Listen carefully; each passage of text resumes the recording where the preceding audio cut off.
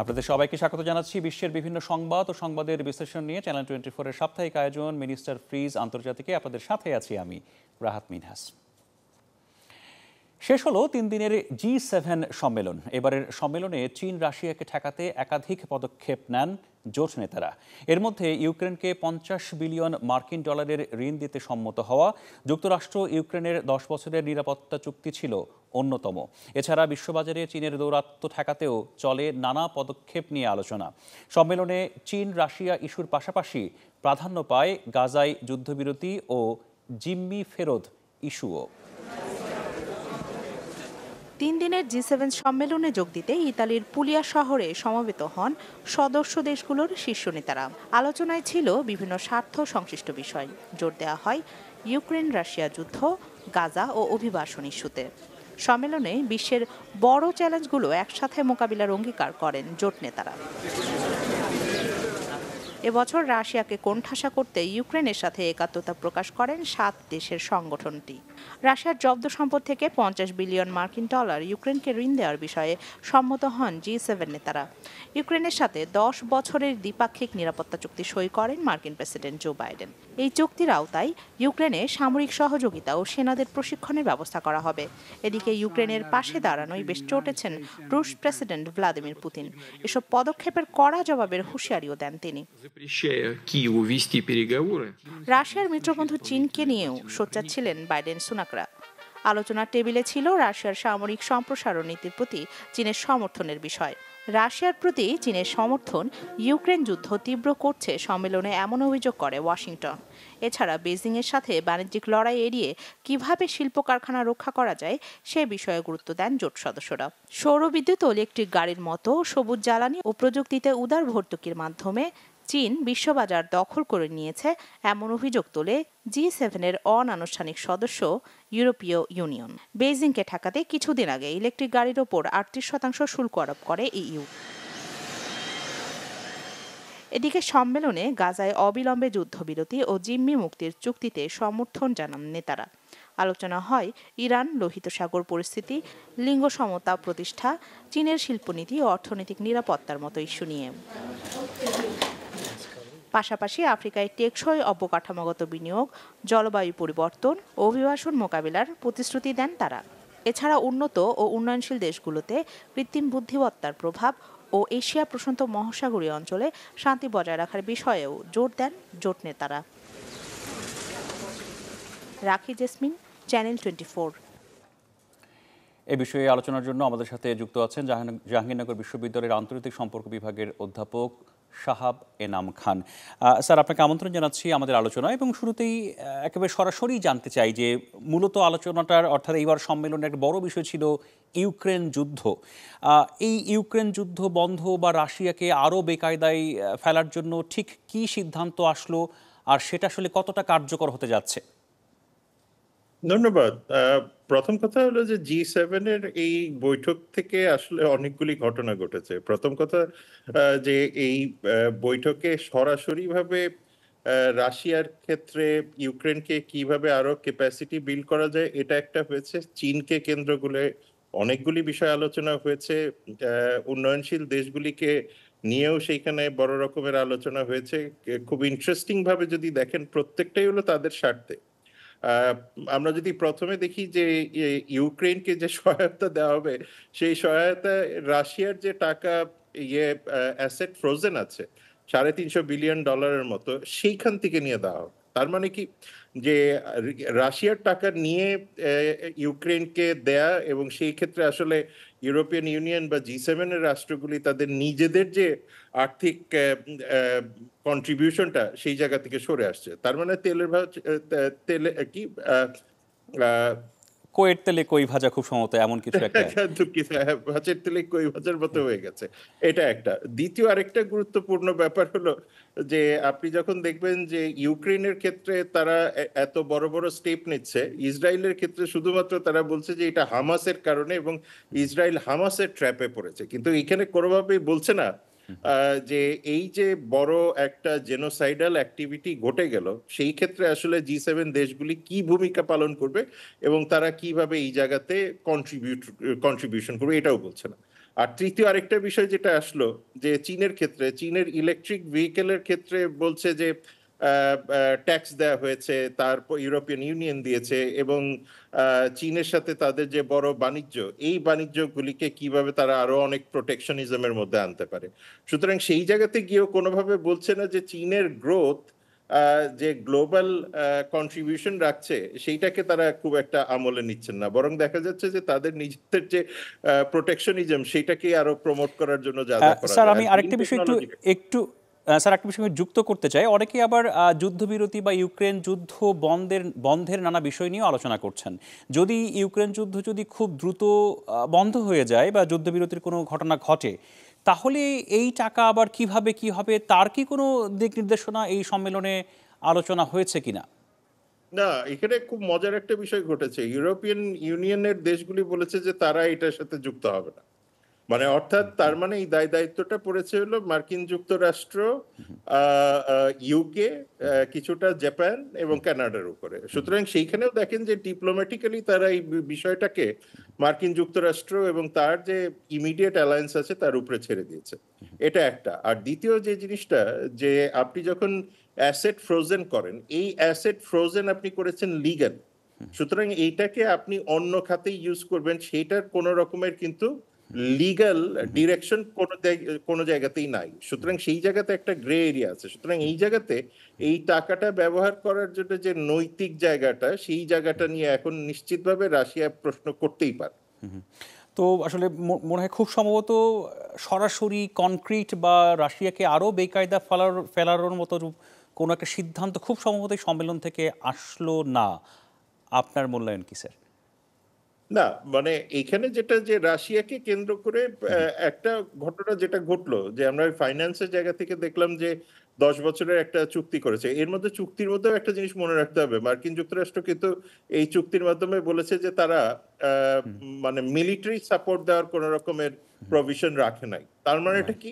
তার মানে এটা হলো যে ওই আলটিমেটলি তাদেরকে আর্মস সাপ্লাই এবং তাদেরকে ওই ফাইন্যান্সিয়াল কিছুটা সাপোর্ট দেওয়া, এবং সেই সাথে তাদেরকে এই যুদ্ধটা প্রলং করানোর জন্য যা যা করা দরকার সেগুলি করা হচ্ছে। সুতরাং সেই জায়গাতে রাশিয়াকে যদি বলা হয় যে বেকায়দায় ফেলা, আমার মনে হয় না যে রাশিয়া খুব একটা বেকায়দায় এখানে পড়েছে। চমৎকার বিশ্লেষণ স্যার। আমরা আবারও আপনার কাছে ফিরবো এই সম্মেলনে আরও দুটো গুরুত্বপূর্ণ বিষয় নিয়ে আপনার মতামত আমরা একটু জানতে চাইবো। তার আগে আমাদের একটা বিরতির সময় হয়েছে। দর্শক, আপনারা দেখছেন মিনিস্টার ফ্রিজ আন্তর্জাতিক। সময় হলো একটা বিরতির, ফিরছে একটু পরেই, আমাদের সাথেই থাকুন।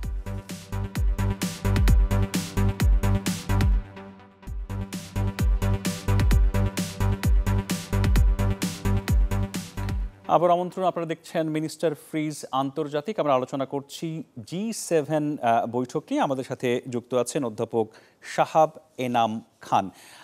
স্যার, আরেকটা বিশ্লেষণ জানতে চাই, এই বৈঠকের দুটো গুরুত্বপূর্ণ বিষয় ছিল যে এই বৈঠকে পোপ ফ্রান্সিস যোগদান করেছেন, এবং আবার সাউথ এশিয়া থেকে নরেন্দ্র মোদীও এই বৈঠকে গিয়েছেন। স্যার, এই দুজন ব্যক্তির আসলে সংশ্লিষ্টতা কি এই G7 বৈঠকের সাথে, আপনি যদি আমাদের সাথে একটু একটু ব্যাখ্যা করতেন। প্রথম কথা, G7 হয়েছে ইটালিতে, এবং ভ্যাটিকান ইটালির একটা অংশই বলা যায়, যদিও এটা একটা সভরেন স্টেটের মর্যাদা পায়। এবং সেই সাথে যেহেতু ইটালিতে পোপ ফ্রান্সিসের একটা বড় ইনফ্লুয়েন্স আছে ইটালিয়ান পলিটিক্স প্লাস G7 দেশগুলির মধ্যে, যদি দেখেন খুব স্বাভাবিকভাবে তার অবস্থানটা এই বছর জিওগ্রাফিক্যাল প্রক্সিমিটি প্লাস ইটালিয়ান পলিটিক্সে তার যে একটা বড় অবস্থান, দুটো মিলে তার এই এই সম্মেলনে যোগদান দেওয়াটা খুব ন্যাচারাল। তবে খুব ইন্টারেস্টিং পার্ট যেটা, যে পোপ ফ্রান্সিস দুটা বিষয়ে উল্লেখ করেছেন। একটা হলো যে টেকনোলজি আসলে কোন দিকে যাচ্ছে, এআই। আর্টিফিশিয়াল ইন্টেলিজেন্স যে ক্ষেত্রে যাচ্ছে, সেটাতে মানে হিউম্যান রিলেশনস বা যে সামাজিক দায়বদ্ধতা এবং সামাজিক ইন্টারঅ্যাকশন গুলি আছে, বা হিউম্যান সেন্ট্রিক হচ্ছে কিনা আর্টিফিশিয়াল ইন্টেলিজেন্স, এবং সেটাকে কি স্বাভাবিক মানবিক গ্রোথ যেটাকে বলা হয়, হিউম্যান প্রোগ্রেস, সেই জায়গাগুলিতে এআই এর যে নতুন ভূমিকাগুলি আসছে সেটা নিয়ে তিনি প্রশ্ন করেছেন।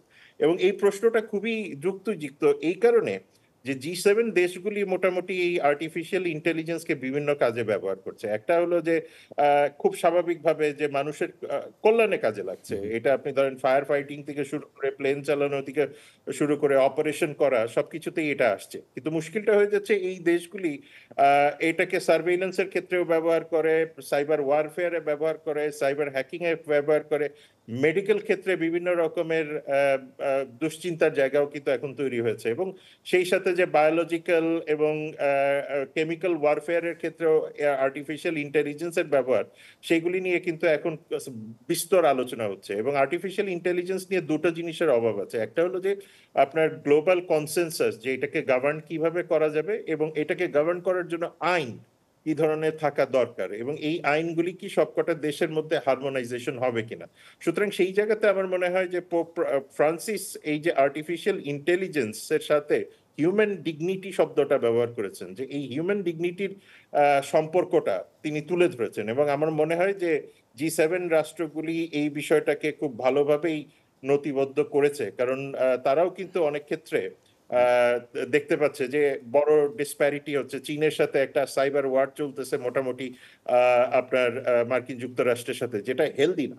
সুতরাং আমার মনে হয় যে এই বিষয়টা G7 এর প্রথমবারের মতো এবং একজন রিলিজিয়াস বিশেষভাবে আলোচিত হয়েছে। স্যার, আমি একটু ভারতের সদ্য আরেকবার প্রধানমন্ত্রীর দায়িত্ব নেওয়া নরেন্দ্র মোদী, তিনিও এই সম্মেলনে যোগ দিয়েছিলেন। তার যোগ দেওয়ার আসলে বিশেষত্বটা কি? প্রথম কথা হলো যে ভারতের সাথে এই প্রত্যেকটা দেশের ট্রেড রিলেশনশিপ যদি আপনি হিসাব করেন তাহলে খুব গুরুত্বপূর্ণ, কারণ ভারতের যে 1.2 বিলিয়ন মানুষের যে মার্কেটটা আছে, এই মার্কেটের সাথে কানাডা বলেন, মার্কিন যুক্তরাষ্ট্র বলেন, ইউরোপিয়ান ইউনিয়ন বলেন, তাদের ট্রেড সম্পর্ক অত্যন্ত গভীর। এটা একটা দিক। দ্বিতীয় দিক, যে কারণে তাকে বলা হচ্ছে, যে ভারতকে বলা হচ্ছে আউটরিচ মেম্বার, এবং আউটরিচ মেম্বার এই কারণে যে ট্রেডের ছাড়াও একটা স্ট্র্যাটেজিক সম্পর্ক আছে। আপনি যদি মিডল ইস্ট থেকে শুরু করে আপনি পশ্চিমের দিকে যেতে থাকেন এবং সেইখান থেকে যদি মিডল ইস্ট থেকে পূবের দিকে যেতে থাকেন, তাহলে দেখবেন মাঝখানে একটা বড় ল্যান্ডমাস, সেটাই কিন্তু ভারত। এবং ভারতের সাথে চীন এবং বাকি যে রাষ্ট্রগুলি আছে, উপরে আফগানিস্তান, তার উপরে সেন্ট্রাল এশিয়া এবং তার উপরে রাশিয়ান টেরিটরি, এগুলিকে সবকিছুর দিক থেকে চিন্তা করলে পরে ভারতের একটা ভৌগোলিক অর্থাৎ ভূ রাজনীতিগত এবং ভূকৌশলগত গুরুত্ব এই G7 দেশগুলির জন্য খুব ইম্পর্টেন্ট। এটা গেল সেকেন্ড পার্ট। থার্ড আর একটা বিষয় থাকে, সেটা হলো যে যেহেতু ট্রেড অ্যান্ড ইনভেস্টমেন্টের ক্ষেত্রে দেখা যাচ্ছে যে ভারতের একটা বড় সম্পর্ক রয়ে গেছে, সেই কারণে তাকে মোটামুটি গ্লোবাল সাউথের লিডারশিপ হিসেবে অনেক ক্ষেত্রেই দেখা হয়। ধন্যবাদ জানাচ্ছি আপনাকে। তবে আমরা আবার আপনার কাছে ফিরবো, তবে তার আগে সময় হলো আরেকটা বিরতি। দর্শক, আপনারা দেখছেন মিনিস্টার ফ্রিজ নিবেদিত আন্তর্জাতিক। সময় হলো আরেকটা বিরতির, ফিরছি একটু পর।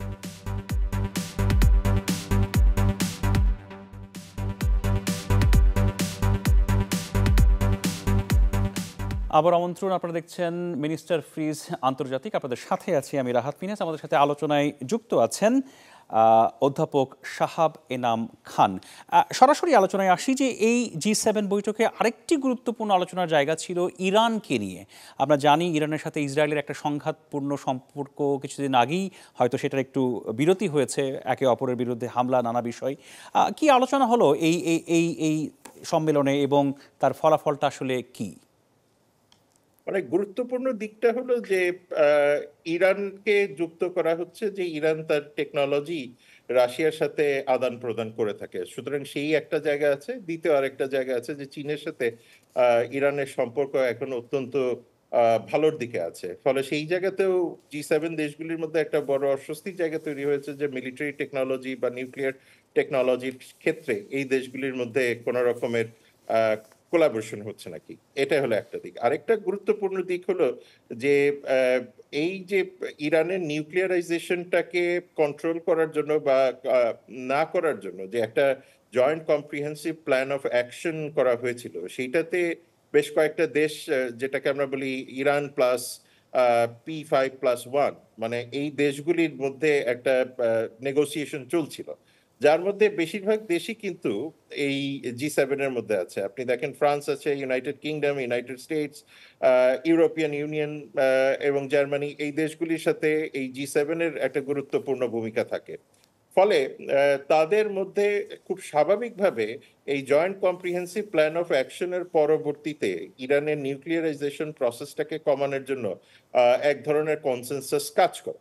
এবং এই কনসেনসাসের কারণেই এই এই G7 এবারের G7 ইরানকে মোটামুটি এক ধরনের যেটাকে বলে ওয়ার্নিং দেওয়া হলো। এছাড়া তো স্বাভাবিকভাবে ইসরায়েলের একটা বড় কানেকশন তো এখানেই আছে। যে কটা G7 দেশ দেখেন না কেন, তারা প্রত্যেকেই ইসরায়েলের সাথে ওতপ্রোতভাবে জড়িত। অধ্যাপক শাহাব এনাম খান, অসংখ্য ধন্যবাদ আপনাকে আপনার গুরুত্বপূর্ণ মতামতের জন্য। আপনারা আরও ভালো বিশ্লেষণ শুনতে পারলে ভালো হতো, কিন্তু আমাদের সময় আজকে শেষ হয়ে গেছে। নিশ্চয়ই আগামীতে আবারও আপনার গুরুত্বপূর্ণ মতামত আমরা জেনে নিব। ধন্যবাদ আপনাকে। দর্শক, এই ছিল মিনিস্টার ফ্রিজ আন্তর্জাতিকের আজকের আয়োজনে। এতক্ষণ সাথে থাকার জন্য ধন্যবাদ সবাইকে।